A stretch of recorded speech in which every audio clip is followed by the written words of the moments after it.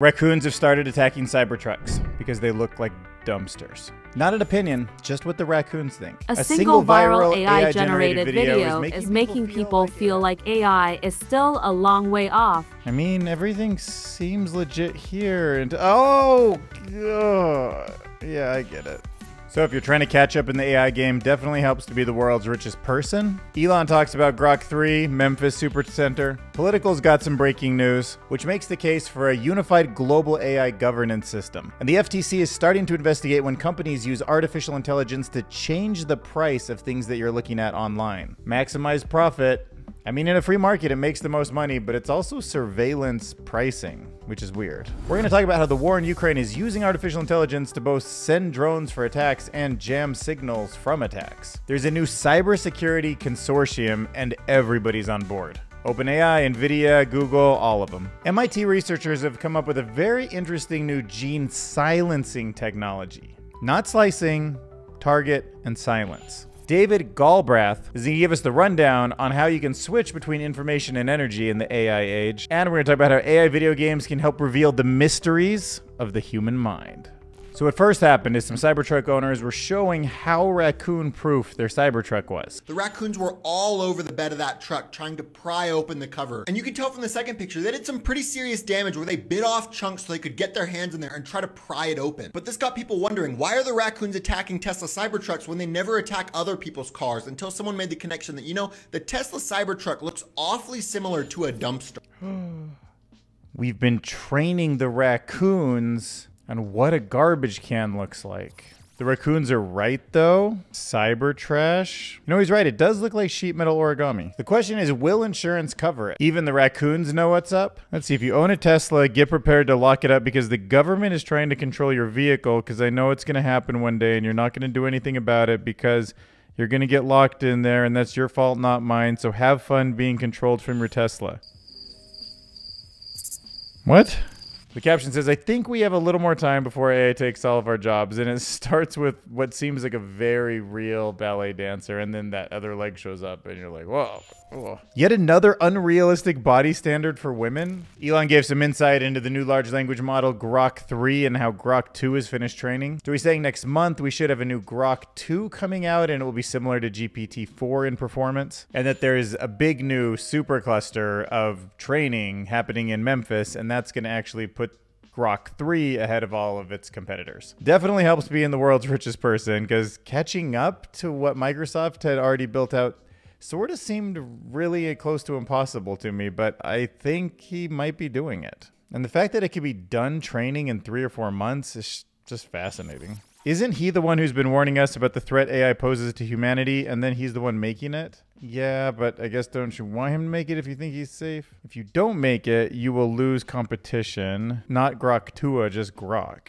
Like grokking, you know, like to intuitively understand something in a deeply profound way. Why do folks still feed this guy attention? He's literally walking, talking cancer. Rule number 1 of wealth, he who controls the crowd controls the money. So Political wrote a piece that dived into the United Nations and how they're thinking about artificial intelligence from a worldwide point of view. So there's going to be a forthcoming report which makes the case for unified global AI governance. Okay, so this is coming from what they say is an all-star advisory group featuring thinkers like Spain's ex-AI minister, Pope Francis, and OpenAI's chief technologist, Maria Moratti, which we just saw actually presenting all that new AI stuff. Now, the report envisions a UN-backed AI initiative that, quote, fills the gaps and brings coherence to the fast-emerging ecosystem of international AI governance responses. Essentially, they're suggesting that there is going to be a new central AI officer under the UN control to address the fragmented efforts across various international bodies. All right, so right now they're trying to incorporate a bunch of other amendments that came from numerous other summits. So there's already been some regulation that's trying to be put into place from the G7, the EU, and the OECD. And they're all a little bit different. All of them face criticism for different reasons. And one of the primary concerns is that when you let these things happen individually, they undermine Western initiatives and they allow China to advance their influence. And the report also highlights a significant disparity in AI policy participation and points out that many of the global South countries have been left out of the proposal altogether. They're trying to get those voices included before the UN involvement to ensure more inclusive representation in AI government. Right, and the UN, like, love it or hate it, or it's the most like world government that we really have. I know there doesn't include all sorts of stuff that happens in the East, but it's old. It was established in 1945. It does mandate a lot of things that a lot of different countries, and in fact, it's 193 member states that are in it. And to some degree, it's there to create cooperation. Yes, technically their scope covers peace, security, human rights, economic development, and humanitarian assistance, and now artificial intelligence. In one of the more dystopian futures, artificial intelligence will charge everybody a different amount of money for items, which is freaky because there's some things that I don't spend a ton of time like price shopping. And if it realizes that I'm not like super price sensitive, like I'm just gonna get jerked around, or else I'm gonna have to invest a bunch of time into making sure that I always like price check everything I buy so that the algorithm learns that I'm like a hardcore shopper and it can't screw me over, and I'm just like not looking forward to that. Or I'm gonna have to like deploy my own AI that's gonna have to negotiate or like change my browsing pattern so that it can try to manipulate the Amazon AI or whatever, so it doesn't give me the most expensive pricing for everything. And it's interesting because in a free market economy, if you think about Adam Smith's invisible hand, just finding the right price based on all the users and how it can kind of balance out like the way these order books take care of like stocks and crypto. And if every item on a website was kind of like that, if it had a high enough volume and it had an order book and it had AI or something like AI to price, it's just, I don't know if that's a more efficient economy or not. It might be. I mean, maybe Elon Musk is just like, fine, $50,000 for a hammer. Like, just send it. I don't feel like price shopping right now. Okay, maybe that's just how Amazon increases profits. And then maybe there's someone else out there that they just can't get a margin out of because they just don't have any money. So they're like, fine, we'll take like 1 penny profit from you because that's any lower and we won't make money on the item. But still, 1 penny is 1 penny. And maybe they wouldn't have sold that hammer if they charged like $12 or something, but they could if they charged like $3.01 because it cost them $3 to make the hammer or something. You could leave a comment below. I'd be actually kind of curious. Is that good? Is that the kind of world you want to live in, or do you want price stability? Because it really would give people who like coupon shop the advantage. Like, they could save money by putting more effort into their shopping. But I could also see how it would become very discriminatory. Like, there may be certain zip codes or certain IPs, and then I don't know, like the algorithm becomes so big and it becomes a black box where people can't really even tell you what's in it. They just know that it's maximizing profits, and we don't understand what kind of bias system is in there. Or could there be a range, like you can increase or decrease a price by a certain amount, like 20% from a baseline, but no more than that? I don't know, but the FTC is now investigating how companies are starting to use AI to base pricing on customer behavior. So step 1, gather the information before you make a policy. So the Federal Commission has announced on Tuesday that it's ordering 8 companies that offer AI-powered, quote, surveillance service pricing, unquote, to turn over information about the potential impact of these products on privacy, competition, and consumer protection. Some of the companies I recognized were MasterCard, JP Morgan Chase, McKinsey. Man, imagine if one of those companies uses all that harvested American personal data on shopping to then build an AI model and probably sell API access to it to anybody who wants to use it, and probably the companies that want to manipulate their customers or maximize profits, the way they would put it. Anyhow, we'll see where that goes. Right now, though, I feel like it should probably be illegal to do that, at least until there's a framework for how to do it in a way that everybody can agree on, and maybe never. So turning to the war in Ukraine, there are many tech startups now that are developing AI systems for drones to gain an edge in the war against Russia. So these AI-enabled drones can identify targets, navigate terrain, and operate in swarms, overcoming issues like signal jamming. So a couple of videos ago, we talked about some of the swarm technology and how fireflies, naturally can blink in unison because they're competitive with one another. And now we'll talk a little bit about signal jamming and artificial intelligence also. This company, Sandbox AQ, and they've developed what they call a cutting-edge AI-enabled navigation system called AQ Nav, which uses quantum sensors to navigate without relying on GPS. So this technology is designed to work in a GPS-denied environment by leveraging the Earth's magnetic field and sophisticated AI algorithms to prevent jamming and spoofing. That's pretty interesting. You're actually taking an AI model and you're going to put it as a navigation system on a drone. It's going to be reading where it is based on the Earth's magnetic field, which is solid. You don't need to send it a signal of where it is through GPS or through radio frequency or anything. it has a new signal of last resort to rely on, something that can't really be manipulated, the Earth's magnetic field. But then it got me thinking, of course, AI could probably be trained on all sorts of things like that too, right? Like it could potentially know what time of day it is from the sun's location. It might have a preloaded map of some sense in it, and then it's just using the magnetic field as a guide. Okay, and then on the other side, there's this report, which is about supposedly this Russian top secret EW weapon, and was blamed for flight jamming on NATO's east flank. So there's this tweet from Eric Kanik. He says, putting together many puzzle pieces, it appears that at least one culprit behind the recent wave of GPS jamming is a secretive Russian EW complex called Tobol. So it's said to function as an invisible shield to protect Russian military bases from NATO satellite-guided missiles. So yeah, something about that system, I guess, is disrupting GPS signals, affecting nearly 4,000 flights in recent months, and primarily British flights. From the article, Tobol operates by sending fake signals to mislead aircraft pilots. But it's just interesting to see AI all over the place right now, like finding new ways to navigate. That's why on this channel, I'm just taking it day by day. I don't even know what to think about. It's just AI can help with signal jamming. It can help with autonomous swarms and autonomous flights. And all of those things can completely get out of our control if we're not careful either, and be super damaging. Or they can be super helpful if it's for the good guys and they're using it to protect us. That's where everything gets so messy, and I can't really come to a final conclusion. But I am pretty clear that people should not be driving cars drunk. That one we can agree on.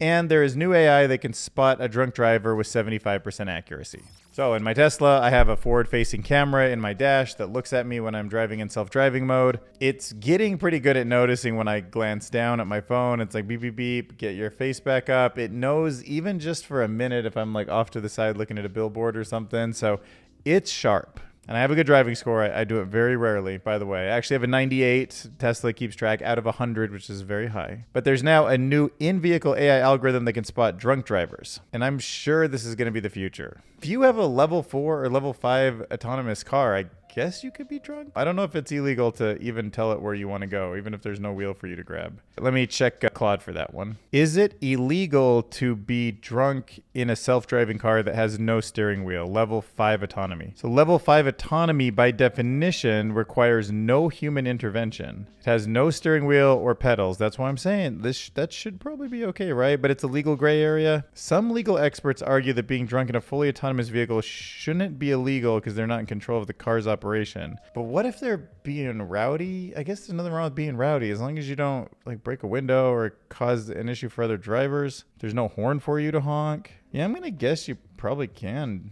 Okay, and by the way, in case you don't know, level 4 autonomy are vehicles that are autonomous, but they still have manual controls like a steering wheel or pedals for the option of human operation. And I would guess that if you were drunk, you probably couldn't get in a level 4 car. Well, I don't know. I mean, I guess if you don't actually grab the wheel and the pedal, but it just seems like having drunk people in a car and that they could just grab the wheel should still be illegal. My opinion is level 5, you can be drunk. Level 4, I think you can't. It should still be like a car because you might take it over. I don't know. I mean, it's debatable. You could talk me into level 4 maybe, but something about that feels wrong. Let me know in the comments below what you think. Would you let people, you think at level 4 you should be able to like Uber if you're totally drunk and just get in it, and then as long as you don't touch the wheel, you're fine? All right, new cybersecurity consortium.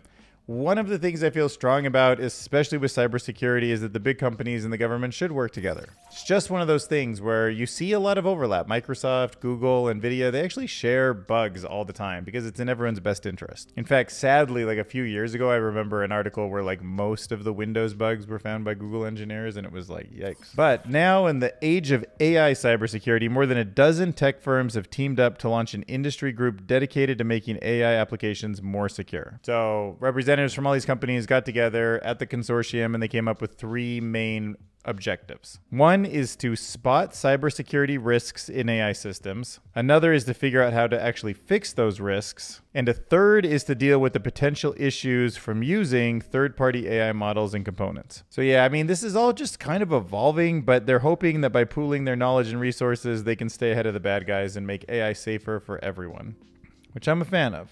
Especially that third initiative. After I saw how clever some of the social engineering was, that huge bug that they got into that one library that's in like all the Linux systems. Person for years like built up a reputation as a good person, and then one cybersecurity expert at Microsoft realized that, or maybe not, maybe it was like a random guy because it was an open source project, that he just noticed it ran for like 0.2 of a millisecond, like longer than it should, or some super small amount, and just was like, that doesn't make sense. Why is it taking less time than it would be expected? And then he like dug in and found extra code in there, and it was like a huge problem. Yeah, this article, did one guy just stop a huge cyber attack? A Microsoft engineer noticed something was off on a piece of software he worked on. He soon discovered someone was probably trying to gain access to computers all over the world. You can read the full article in the New York Times, but you have to wonder if there's a few backdoors out there that we just don't know about. Okay, so prions are something that freak me out, and I'm always kind of like, that's a scary thing. You can mess with your brain in a big way.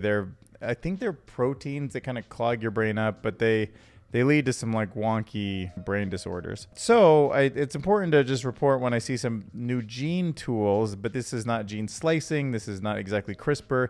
It's a gene silencing tool, and it's showing a promise as a future therapy against prion diseases. Okay, so to give you some more context about this, we're talking about prion diseases, which are fatal neurodegenerative disorders. You can probably think about something like Alzheimer's, but it's a much broader thing. It affects humans and animals, and the diseases are caused by prions. Prions are misfolded proteins that induce abnormal folding. So, you're taking in all these amino acids, you're folding them into proteins that usually do all these healthy things, but when they get misfolded and they get stuck in the brain, they can lead to a kind of ugly death. And currently there are no cures or effective treatments. Management only focuses on alleviating symptoms and supportive care right now. So big deal if we can make some progress on that. Okay, so MIT researchers have this new gene silencing tool called CHARM. Okay, so CHARM, which stands for coupled histone tail for auto-inhibition release of methyltransferase. Point is, it can turn off disease-causing genes such as the prion protein gene.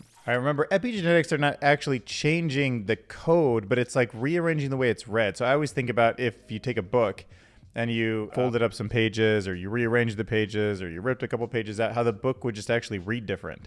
And that can sometimes change the story. I mean, imagine a movie where A, B, and C happen, and you take out B, and it feels like A just goes to C. So tightly around this thing. And in the same way, you can have a long sequence of genes in every one of our cells, and you can put these histones in there and wrap it around really tightly, and it's kind of like temporarily like folding the page up so it can't be read by the reader. And if we can target just the pages or paragraphs of, the book of life, of the DNA that actually make these prions, that'd be great. So CHARM is using a refined version of CRISPR technology to achieve stable and effective gene silencing, potentially providing a one-time treatment solution. So this CHARM method has already shown some success in animal tests, and it's replacing components of traditional gene editing tools with more efficient and less toxic elements. And the team has created, they're only using it on animals, but a compact deliverable therapy.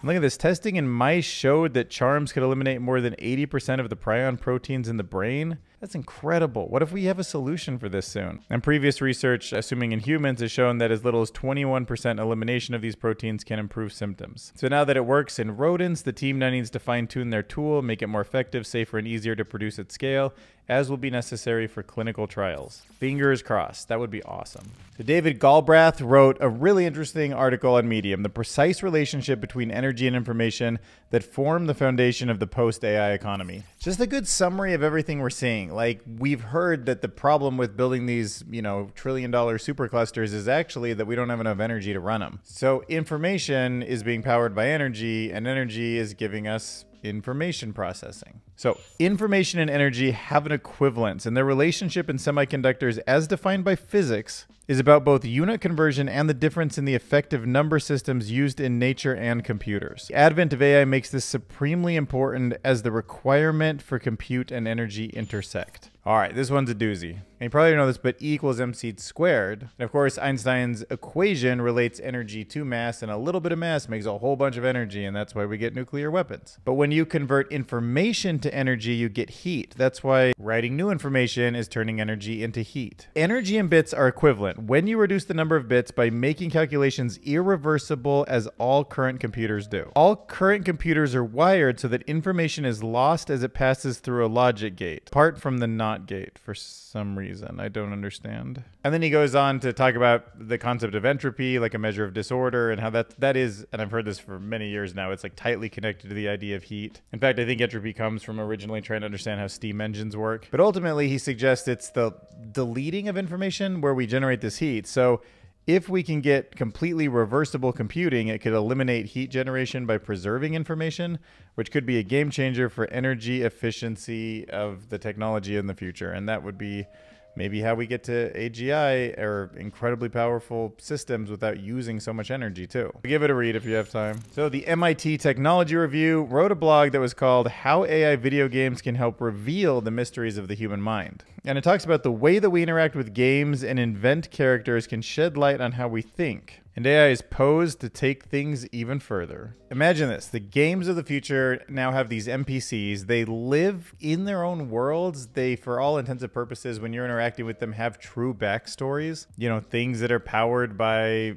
tools like ChatGPT and 11 Labs, and they're interacting with other agents all day long. And then when you come to interact with them, it all sort of makes sense, especially if they've all kept memories of what they've been doing. But these kind of characters in the future with these intricate backstories will lead to an immersive, unscripted interaction that could help neuroscientists study the human brain, including neurodegenerative diseases like Alzheimer's. So video games have been research tools for a long time. It talks about how in the 1990s they offered insight into how we explore and learn and make decisions, and AI's potential to now create realistic virtual companions to further unravel how we can relate to others, cooperate, and even develop attachments to virtual beings. So in real life, you can watch people and their interactions and you can maybe learn something, right? Like sociologists do. But in a virtual world, you can put people in these fantastical scenarios where they could like lose a game, or they're taking risks that would be unreasonable in the real world. They're asked to cooperate in ways that are much more extreme than in the real world. And the future of a company like Meta might be able to,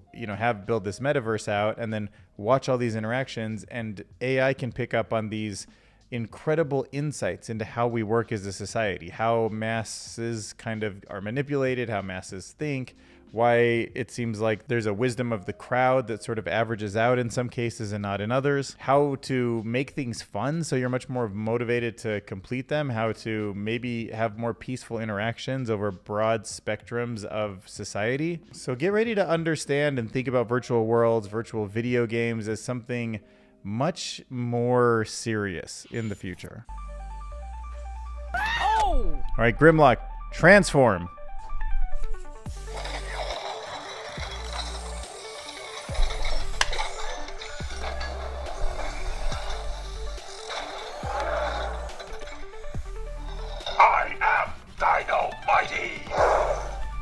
All right, great job there, Grimlock. Okay, so the first bit of research we're going to look at today is called, Can large language models always solve easy problems if they can also solve the harder ones? So is a hard problem something like a Russian nesting doll where if you can solve the bigger one, it's all solved inside too? Well, that's not always the case. So this paper is looking at a pretty curious issue with large language models where they can solve difficult problems, but they sometimes fail on the easier ones. Something humans don't really do the same way. So to study this hard to easy inconsistency, the authors have developed a new benchmark called Concise Eval. And it includes a pair of questions with a clear order to the difficulty. And then they introduced a metric called Consistency Score, CS, to quantify that inconsistency. And interestingly, their experiments show that when you take a model like GPT-4, while it achieves a high CS, a consistency score, it still exhibits inconsistencies. Now, another finding from the paper is that models that are trained with harder data also showed improved consistency between